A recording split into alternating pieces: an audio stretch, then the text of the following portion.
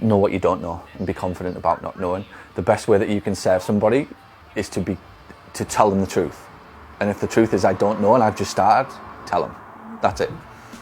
It's an amazingly simple thing to embrace, that people actually tell the truth and like actually live the situation rather than bullshitting the situation and trying to fob people off and like trying to pretend that they're something they're not. You just go, hey, I'm really sorry, I don't know the answer to that question, but thanks for asking it of me, because I'll find out the answer A for you, and then I'll be able to serve more people further down the line better.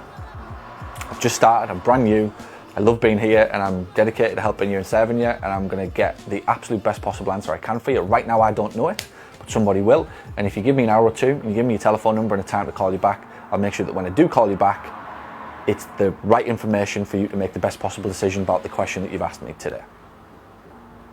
Make sense?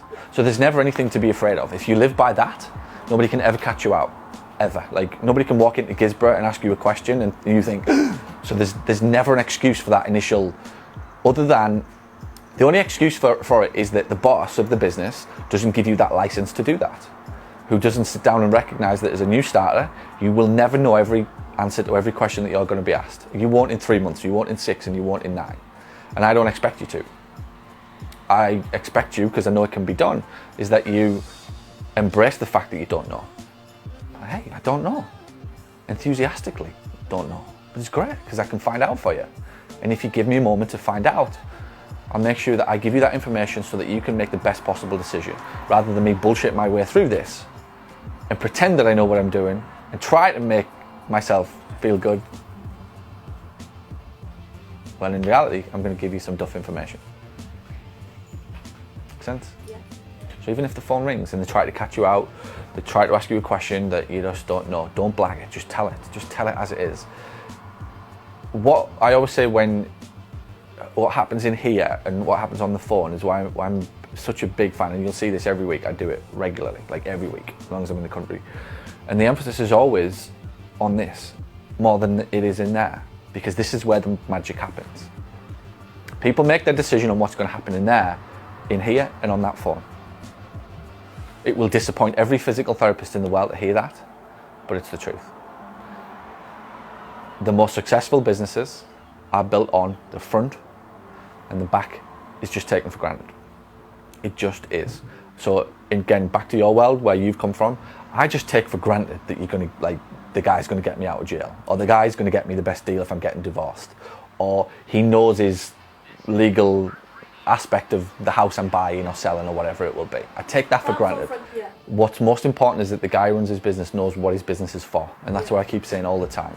Most businesses out there now today, most business owners are headless chickens, clueless, looking around at and I mean that respectfully, looking around at every other business owner and making their decision on how they're running their business just because somebody else has run their business like that, failing to take into consideration how people act and think, how we make decisions as human beings. They run their business as business owners, not as people. Not as people who make the same decisions, who are pissed off at the same things, that when they go into a dental practice and they get ripped off, or they would have just loved a free session to be able to make a better decision about getting the implant, or potentially investing 20 grand with them further down the line. Like, they live that way, but then all of a sudden arrive to work one day, put the keys in the door, and miraculously become somebody else when this fucking suit goes on. That's what goes on. Yeah. So it's a failure of the business owner to understand A, his customers, B, what they feel, how they think.